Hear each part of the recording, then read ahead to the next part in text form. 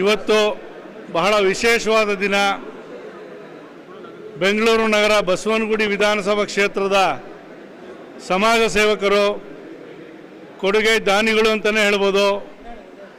ಅತ್ಯಂತ ಸರಳ ಜೀವಿ ಶ್ರೀ ಕೆ ಭಾಗೇಗೌಡರ 68ನೇ ವಸಂತ ತುಂಬಿ 69ನೇ ವಸಂತಕ್ಕೆ ಕಾಲಿರ್ತಕ್ಕಂಥ ಸಂದರ್ಭದಲ್ಲಿ ಇವತ್ತು ನಾವೆಲ್ಲ ಸೇರಿ ಇವತ್ತು ಅವರ ಜನ್ಮದಿನವನ್ನು ಆಚರಣೆಯನ್ನು ಮಾಡ್ತಾ ಇದ್ದೇವೆ. ಭಾಗೇಗೌಡರು ಅಂತ ಹೇಳಿದ್ರೆ ಎಲ್ಲೆಲ್ಲೂ ಎಲ್ಲ ಕಡೆಯೂ ಬಸವನಗುಡಿಯಲ್ಲಿ ಅವರ ಹೆಸರು ಹೇಳಿದ ತಕ್ಷಣ ಒಂದು ಒಳ್ಳೆಯ ರೀತಿಯ ಸಂಚಲನವನ್ನು ಕೂಡ ಮೂಡುತ್ತದೆ. ಯಾರೋ ಒಬ್ಬರು ಕಷ್ಟದಲ್ಲಿ ಸಿಗಾಕೊಂಡಿದ್ದಾರೆ ಅಂತ ಅಂದರೆ ಅವ್ರಿಗೆ ನೆನಪು ಬರೋದೇ ಭಾಗೇಗೌಡರು. ಆಗ ಯಾರೇ ಅವ್ರ ಕಷ್ಟ ಸುಖ ಹೇಳ್ಕೊಂಡು ಹೋದ್ರೂ ಅವ್ರಿಗೆ ಅವ್ರ ಕೈಲಾದಷ್ಟು ಸಹಾಯವನ್ನು ಮಾಡಿ, ಯಾರಿಗೂ ತಿಳಿಸ್ಬೇಡಿ, ಇನ್ನೊಬ್ರಿಗೆ ಪ್ರಚಾರ ಆಗೋದು ಬೇಡ, ನಾ ಮಾಡತಕ್ಕಂಥ ಸಹಾಯ ಅಂತ ನಿಸ್ವಾರ್ಥವಾಗಿ ಯಾರೊಬ್ಬರು ಸೇವೆಯನ್ನು ಮಾಡ್ತಾರೆ ಅಂತ ಅಂದರೆ ಅದು ಭಾಗೇಗೌಡರು.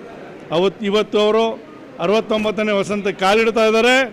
ಅವ್ರಿಗೆ ಭಗವಂತ ಆಯಸ್ಸು, ಐಶ್ವರ್ಯ, ಸಮೃದ್ಧಿ, ನೆಮ್ಮದಿ ಪ್ರತಿಯೊಂದು ಕೊಡಲಿ ಅಂತ ಹೇಳ್ತಾ, ಮುಂದಿನ ದಿನಗಳಲ್ಲಿ ಅವರಿಗೆ ರಾಜಕೀಯವಾಗಿ ರಾಜಕಾರಣದಲ್ಲಿ ಒಂದು ಉನ್ನತ ಸ್ಥಾನವನ್ನು ಸಿಗಲಿ ಅಂತ ಅವರಿಗೆ ನಾವು ಹಾರೈಸುತ್ತಾ ಆ ದೇವರು ಅವರಿಗೆ ಆಶೀರ್ವದಿಸಲಿ ಅಂತ ನಾನು ಈ ಮಾತು ಮುಗಿಸ್ತಾ ಇದ್ದೀನಿ. ನಮಸ್ಕಾರ. ಇವತ್ತು ನಮ್ಮ ಬಸವನಗುಡಿಯ ಬಂಗಾರ ಅಂತಲೇ ಅವಾಗಲಿಂದನೂ ಕರ್ಕೊಬಂದಿರೋ ಭಾಗೇಗೌಡರು ಅಣ್ಣಂದು ಹುಟ್ಟುಹಬ್ಬ. ದೇವರು ಆಯುರ, ಆರೋಗ್ಯ, ಐಶ್ವರ್ಯ ಇದೇ ರೀತಿ ಕೊಟ್ಟು ಅವರು ಇನ್ನೂ ನಮ್ಮಂಥ ನಾಯಕರುಗಳನ್ನ ಇನ್ನೂ ತುಂಬ ಜನನ ಬೆಳೆಸಲಿ ಅಂತ ನಾನು ದೇವರಲ್ಲಿ ಕೇಳ್ಕೊಳ್ತೀನಿ. ಅವ್ರಿಗೆಲ್ಲವೂ ದೇವರು ಕೊಟ್ಟಿದ್ದಾನೆ. ರಾಜಕೀಯವಾಗಿ ಒಂದು ಅಸ್ತಿತ್ವ ಕೊಡಲಿ ಅಂತ ನಮ್ಮ ಹಿರಿಯ ನಾಯಕರುಗಳೆಲ್ಲ ಮುಂದಿನ ದಿನಗಳಲ್ಲಿ MLCನೋ ಅಥವಾ ರಾಜ್ಯಸಭಾ ಮೆಂಬರೋ ಮಾಡಲಿ ಅನ್ನೋದು ನನ್ನ ವೈಯಕ್ತಿಕ ಆಸೆ. ಅದು ಈ ಮುಂದಿನ ದಿನಗಳಲ್ಲಿ ಈಡೇರುತ್ತೆ ಅನ್ನೋದೊಂದು ಭರವಸೆ ಇದೆ.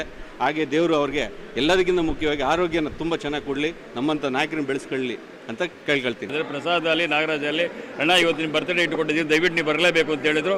ಆಯ್ತಪ್ಪ, ನೀನು ಎಲ್ಲಿ ಮಾಡೋದು ಬರ್ತೀನಿ ಅಂತ ಹೇಳಿದೆ. ನನ್ನ ಹೃದಯಪೂರ್ವಕ ಅವ್ರಿಗೆ ಅಭಿನಂದನೆ ಸಲ್ಲಿಸ್ತಾ ಇದ್ದೀನಿ.